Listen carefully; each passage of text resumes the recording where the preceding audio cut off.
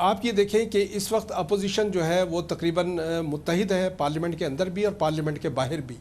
مولانا فضل الرحمان نے یہ جو کل اعلان کیا ہے جس کی آصف علی زرداری نے تائید کی ہے, پاکستان مسلم لیگ کی طرف سے بظاہر کوئی اناؤنسمنٹ نہیں ہے اس ملین مارچ میں شمولیت کے لیے, لیکن اس سے پہلے دیکھیں وارم اپ آپریشن ہو رہا ہے اور یہ 1 اگست سے شروع ہو جائے گا. اگست کا آنے والے جو 2-3 مہینے ہیں وہ اس لحاظ سے بڑے امپورٹنٹ ہے کہ 1 اگست کو یہاں چیئرمین سینٹ کے خلاف جب تحریک پیش ہوگی اس تحریک میں یہ تحریک جو ہے یہ اس کی کامیابی یا ناکامی وہ ہمیں کھیل کا تعین کرے گی کہ آنے والا جو کھیل ہے پولیٹیکل جو گیم ہے وہ کس طرف جا رہی ہے. اور ماضی کی ہماری ویسے آپ کا کتنا یقین ہے اس اپوزیشن کا جو فی الحال ہم کہہ سکتے ہیں کہ یہ ایک پلیٹ فارم پر ہے, کتنی یہ حقیقتاً متحد ہے, جس کو ہم کہیں کہ دامے ورمے سخنے یہ اپوزیشن متحد ہے, اس پہ کتنا آپ کا ایمان ہے؟ نہیں, اس میں دیکھیں ابھی میں نہیں سمجھتا کہ اپوزیشن پوری طرح متحد ہے, کیونکہ آج ہی جب بات ہو رہی تھی صادق سنجرانی کے نو کانفیڈنس موشن کے حوالے سے, تو پاکستان مسلم لیگ نون کے جو ٹاپ کی لیڈرشپ ہے وہ اس بات پر ناراض تھی کہ بلاول بھٹو نے یہ بیان کیوں دیا کہ آپ گورنمنٹ سے پیسے لے لیں جو پیسے مل رہے ہیں لیکن ووٹ جو ہے ان کی پارٹی کو دیں. انہوں نے کہا کہ بلاول بھٹو نے اس بیان سے ایک دروازہ کھولا ہے اپنے لوگوں کے لیے کہ وہ پیسے لے لیں اور اس کے بعد پھر ظاہر ہے جن سے پیسے لیے جائیں گے وہ ووٹ بھی اس کو دیں گے. تو یہ وہ کہتے ہیں جی کہ اس نے پیپلز پارٹی نے اپنا راستہ کھولا ہے اس اسٹیبلشمنٹ کی طرف کہ ہمارے ووٹ جو ہیں وہ جا سکتے ہیں صادق سنجرانی کے حق میں. ظاہر ہے سیکرٹ بیلٹ ہے, اس میں کوئی پتہ نہیں چلے گا سوائے اس کے کہ لوگ دعویٰ ضرور کرتے ہیں, دونوں پارٹیوں کی لیڈرشپ دعویٰ ضرور کرتی ہے کہ ان کے کون سے جو ایسے ارکان ہیں جو خریدے جا سکتے ہیں یا ووٹ ان کی پارٹی کے خلاف جا سکتے ہیں. تو یہ صورتحال عکاسی کر رہی ہے ایک اس واقعے کی کہ اپوزیشن بظاہر متحد ہے لیکن اپوزیشن کے اندر اتحاد کا جو ایک بھرپور عکاسی ہونی چاہیے وہ نظر نہیں آتی. اور یہی وجہ ہے کہ یہ بھی کہا جا رہا ہے کہ مولانا فضل الرحمان جو ہیں وہ چونکہ لیڈ کر رہے ہیں, جبکہ دونوں پارٹیاں جو ہیں وہ کہتی ہیں کہ یہ لیڈرشپ جو ہے آل پارٹیز کی وہ ان دونوں پارٹیوں میں سے کسی ایک کے پاس ہونی چاہیے, لیکن وہ تیسری پارٹی کے پاس جانے کے حوالے سے بھی ان میں کافی ایک اختلاف پایا جاتا ہے.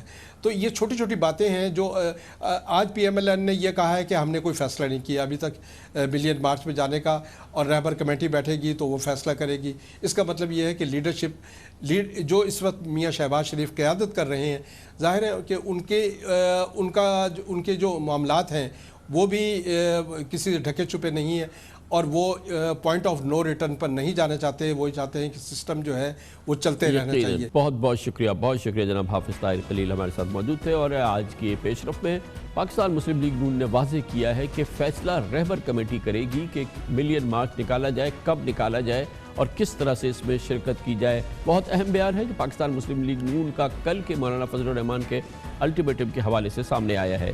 کمرشل بریک, اس کے بعد ذکر کریں گے پاکستان کے کسی بھی شہر میں بارشیں ہونا کوئی بہت بڑی بات نہیں ہے, غیر معمولی عمل نہیں ہے, لیکن کراچی میں یہ بہت بڑی خبر ہے, غیر معمولی خبر ہے. اور اس کا اندازہ آپ لگا لیں کہ صرف آج کے دن بجلی کا کرنٹ لگنے سے 8 واقعات میں 8 لوگوں کی جانیں جا چکی ہیں. شہر میں حالات اوورآل قابو میں ہیں کیونکہ حکومت سندھ کی جانب سے خاص طور پہ صوبائی وزیر بلدیات سعید غنی نے بہت ایکٹیو رول پلے کیا ہے حالات کو قابو میں رکھنے کے لیے. اس کی بات کرتے ہیں ایک چھوٹے سے وقفے کے بعد. پاکستان کے کسی بڑے شہر میں موسلادھار بارش ہونا کوئی بڑی خبر نہیں ہے, لیکن پاکستان کے سب سے بڑے شہر میں یہ بہت بڑی خبر ہے کیونکہ کراچی میں بارش فراوانی سے نہیں ہوتی اور جب ہوتی ہے تو کوئی نہ کوئی آفت اپنے ساتھ لاتی ہے. آج صبح سے توقع کے عین مطابق, پیشگوئیوں کے عین مطابق موسلادھار بارش ہو رہی ہے, گو کہ یہ سلسلہ 2-3 دن سے چل رہا ہے, لیکن آج صبح سے شہر بھر میں بارش ہو رہی ہے اور کراچی کے لحاظ سے ٹھیک ٹھاک بارش ہوئی ہے. شہر کے وسط میں تقریباً 55 ملی میٹر بارش ہوئی ہے, جس کا مطلب یہ ہے کہ تقریباً 2-2.5 انچ بارش اب تک کراچی میں ہو چکی ہے. اطلاعات کے مطابق یہ بارش کا سلسلہ کل اور پرسوں بھی جاری رہے گا. جیسا کہ میں نے آپ سے کہا کہ کراچی میں بارش آفت کا باعث بنتی ہے, وہ آفت ایک بار پھر بجلی کے کرنٹ کی کی صورت میں آئی اور کراچی کے مختلف علاقوں میں آج 8 لوگ بجلی کا کرنٹ لگنے سے جاں بحق ہو گئے۔ اس میں سارا قصور کے الیکٹرک کا نہیں ہے، لوگ خود بھی احتیاط نہیں برتتے، مگر انتہائی المناک سانحہ ہے 8 لوگوں کی جانیں چلے جانا۔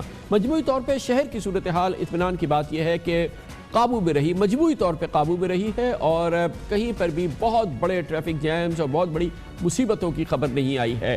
مینج کیا گیا ہے کراچی کی بارش کو اور پانی کو اس دفعہ کافی بہتر انداز میں، اور اس سلسلے میں صوبائی جو وزیر بلدیات ہیں، جو بلدیات کا محکمہ ہے، اس نے بڑا پر اثر کام کیا ہے۔ پچھلے کئی روز سے ہم نے دیکھا کہ ان کی ایکٹیویٹی نظر آ رہی ہے۔ آج صبح سے صوبائی وزیر بلدیات سعید غنی ہم نے دیکھا کہ وہ مسلسل شہر میں تھے، اور ان کے ساتھ ہیوی مشینری بھی تھی، اور وہ خود دیکھ رہے تھے کہ کہیں پہ پانی نہ جمع ہو، اور ایک بڑی مؤثر پرو ایکٹیو ہم نے ایکٹیویٹی دیکھی صوبائی وزیر بلدیات کی جانب سے۔ دوسری جانب شہر کے میئر جناب وسیم اختر، گورنر ڈاکٹر عمران اسماعیل بھی شہر میں نکلے ہوئے تھے، لیکن وزیر بلدیات کی جو پرفارمنس تھی ہر لحاظ سے اس نے وہ معاون ثابت ہوئی کہ کراچی میں بارش جاری ہے، بہت بارش ہو رہی ہے، مگر مجموعی طور پہ صورتحال قابو میں ہے۔ اس وقت شہر کی کیا صورتحال ہے یہ ہم پوچھیں گے صوبائی وزیر بلدیات سے ہی۔ جناب سعید غنی ہمارے ساتھ کراچی کی شارع فیصل پہ موجود ہے۔ بہت بہت شکریہ سعید غنی صاحب۔ پہلے تو یہ بتائیے گا کہ اس وقت شہر کی کیا صورتحال ہے، اور اوور آل آپ خود شہر میں ایک ایک چیز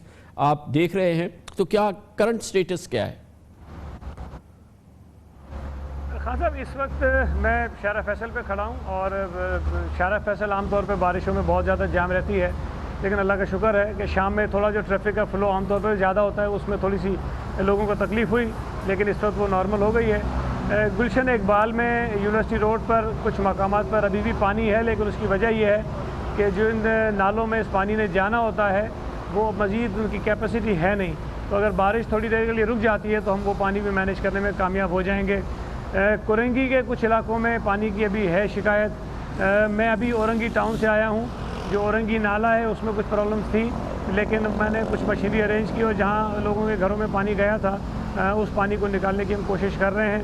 تو مجموعی طور پر میں سمجھتا ہوں کہ نہ صرف میری ذات نے بلکہ اس شہر کے تمام منتخب نمائندوں نے، جس میں ڈی ایم سیز کے چیئرمینز ہیں، میئر کراچی ہیں، یو سیز کے چیئرمینز ہیں، ڈپٹی کمشنرز ہیں، اسسٹنٹ کمشنرز ہیں، اور خاص طور پہ وہ مزدور، وہ لیبر جنہوں نے سڑکوں پر صبح سے کام شروع کیا اور ابھی تک کر رہے ہیں، ان سب کا بہت بڑا کردار ہے، اور ایک کوارڈینیشن تھی جس کی وجہ سے یہ بہت ہی احسن، بہت اچھی بات آپ کر رہے ہیں کہ سارا کریڈٹ آپ اپنے پاس نہیں رکھ رہے بلکہ آپ سب کو اس میں شریک کر رہے ہیں، اور یہ شہر کے لیے، شہریوں کے لیے بہت ہی خوبصورت بات لگتی ہے کہ آپ میئر کو، ڈی ایم سیز کے چیئرمین کو، سب کو کر رہے ہیں۔ اب یہ بتائیے گا کہ آگے کی کیا تیاری، کیونکہ یہ بتایا جا رہا ہے کہ کل بھی بہت بھرپور بارش ہونی ہے، کیا آپ کے لیے تھریٹس کیا ہیں اس وقت؟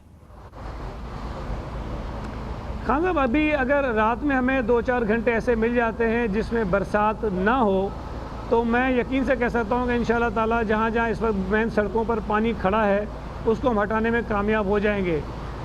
جو آبادیاں ہیں اس کے اندر یقیناً پرابلمز ہیں، چونکہ جب تک مین سڑکوں سے پانی نہیں اترے گا، نالوں میں پانی ہم پراپر طریقے سے اس میں نہیں گرا سکیں گے، تب تک آبادیوں سے پانی کم نہیں ہوگا۔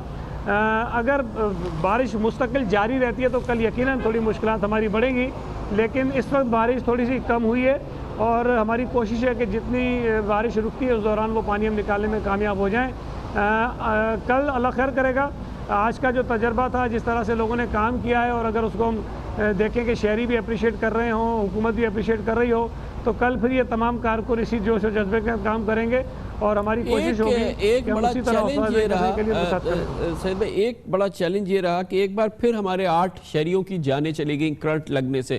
اب ظاہر ہے کہ یہ اویئرنیس کیسے ممکن ہو، کیسے لوگ یہ جانیں چلی جاتی ہیں، اس کو کیسے بچایا جائے؟ کہ الیکٹرک اپنے طور پر بتانے کی کوشش کرتی ہے، مگر لگ یہ رہا ہے کہ ہمارے ہاں وہ ذمہ داری اس انداز کی ہے نہیں، یا لوگوں میں اویئرنیس نہیں ہے۔